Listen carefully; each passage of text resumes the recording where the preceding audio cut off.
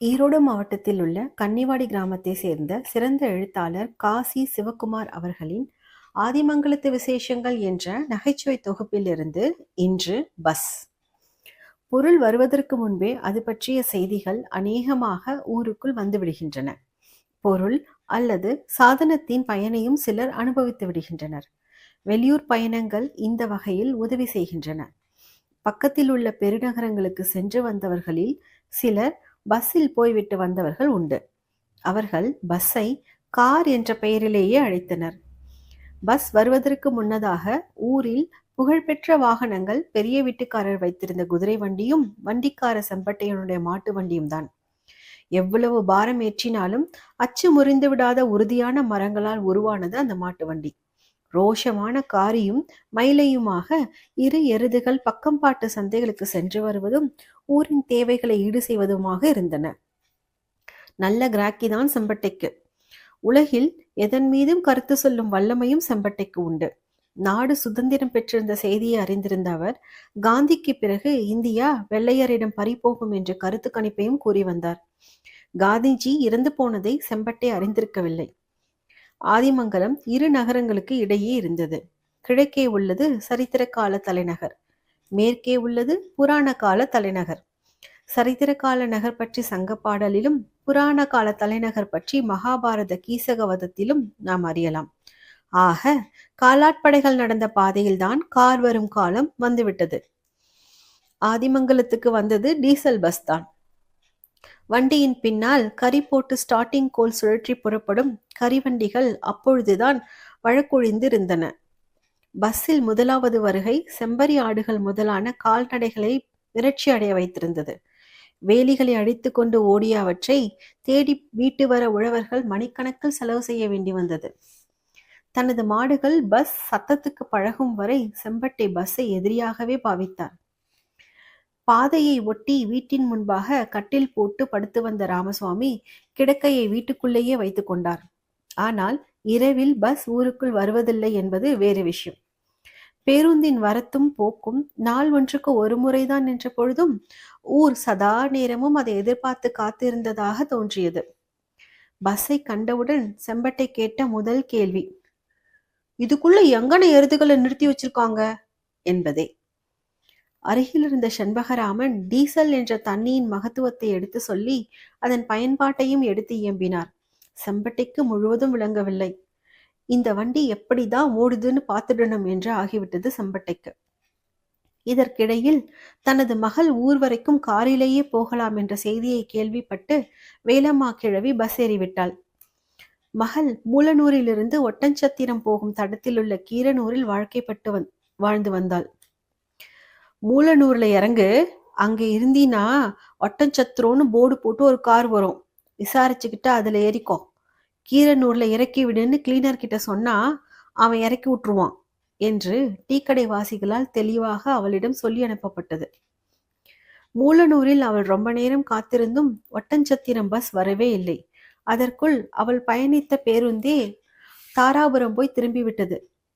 Conductor கிழவி பஸ்ஸுக்கு காத்திருக்கிறாள் என யோகித்து, ஏமா எந்த ஊரு என்றார். எந்த ஊருக்கு போகணும் என்று அவர் தெளிவாக கேட்காதது வினையாகிவிட்டது. கிழவி தான் ஆதிமங்கலத்துக்காரி என்பதால் ஆதிமங்கலம் என்று கூறிவிட்டாள். அப்படின்னா ஏறு என கண்டக்டர் சொன்னதும் பஸ்ஸில் ஏறி அமர்ந்தாள். பஸ் கிளம்பியது. பயணம் தடம் நெடுக கிழவி, ஐ நம்ம மக ஊருக்கு போற வழி நம்ம ஊருக்கு போற வழியாட்டமே இருக்கே என்றும், இந்த இடம் 4 கால் குட்டை மாதிரியே இருக்கே என்றும், இந்த ஊர் காதக்கோட்டையாட்டமே இருக்கே என வியந்து கொண்டே வந்தாள். வண்டி ஆதிமங்கலம் வந்து நின்ற பொழுது, இது நம்ம ஊராட்டமே இருக்கே என வியந்து கொண்டிருந்தவளை கண்டக்டர், ஏமா ஊர் வந்தாச்சு இறங்கு என இறக்கிவிட்டார். இவ்விதம் கீரனூர் போக இருந்தவள் ஆதிமங்கலத்துக்கே வந்தடைந்து காலமுள்ள காலம் வரை கண்டக்டரை திட்டிக் கொண்டிருந்தாள்.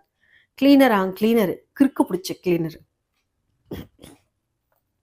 பேருந்தை முன்னிட்டு அந்த வழித்தடத்தில் செல்வாக்கு பெற்றவர்கள் என பஸ் ஓனர் நீங்களாக 2 பேரை சொல்லலாம். ஒருவர் கொளத்துப்பாளையம் மணியக்காரர். அவருக்காக பஸ் 10 நிமிடத்திலிருந்து 3/4 மணி நேரம் வரை அவர் வீட்டு முன்பாக தினம்தோறும் காத்திருந்தது. பஸ்ஸை பார்த்துவிட்டு குளிக்க சென்று புறப்பட்டு வரும் நாட்களும் உண்டு. வீட்டு வாசல் படிக்கு நெருங்கியே பஸ் நிற்குமாதலால் பஸ்ஸில் உறைவோருக்கு அன்னார் இடுப்புக்கு மேல் திறந்த மேனியாக உலவும் கோலம் கூட சமயங்களில் காண கிடைக்கும். அவர் பஸ் ஏறுகையில் பஸ்ஸுக்குள் கிசுகிசுப்பு கேட்கும். கட்டியம் போல. மணியாறு வராரு, மணியாறு வராரு. பேருந்து வசதி வாய்த்ததாலோ என்னவோ அவர் தாராபுரம், சித்ராவுத்தன் பாளையம் கிராம பரப்பில் அமைந்த தாலுகா கோர்ட்டில் நிதமும் வில்லங்கங்கள் இருக்கிற மாதிரி தனது ஜோடி திட்டத்தை அமைத்து கொண்டார்.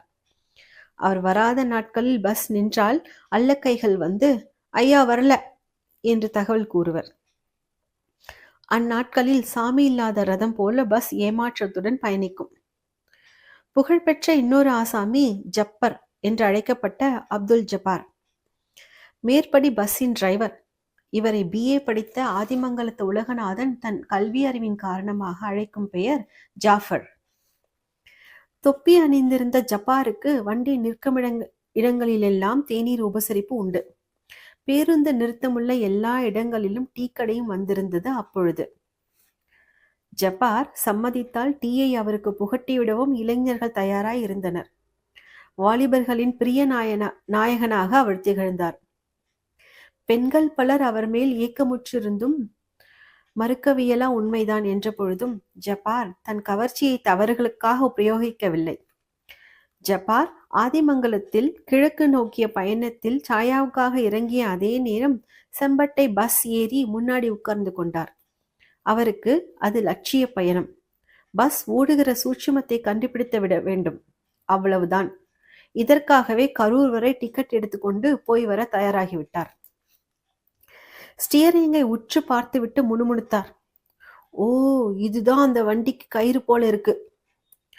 ஜப்பார் வண்டி ஏறி ரேடியேட்டருக்கு மேலிருந்த தொப்பியை இடது கையால் எடுத்து தலையில் மாட்டிக்கொண்டே வலது கையால் வண்டியை ஸ்டார்ட் செய்தார். வண்டி சின்ன தாராபுரம், காசிப்பாளையம், தும்பிவாடி, ஆனூர் ஆகிய இடங்களில் நின்று சென்றது.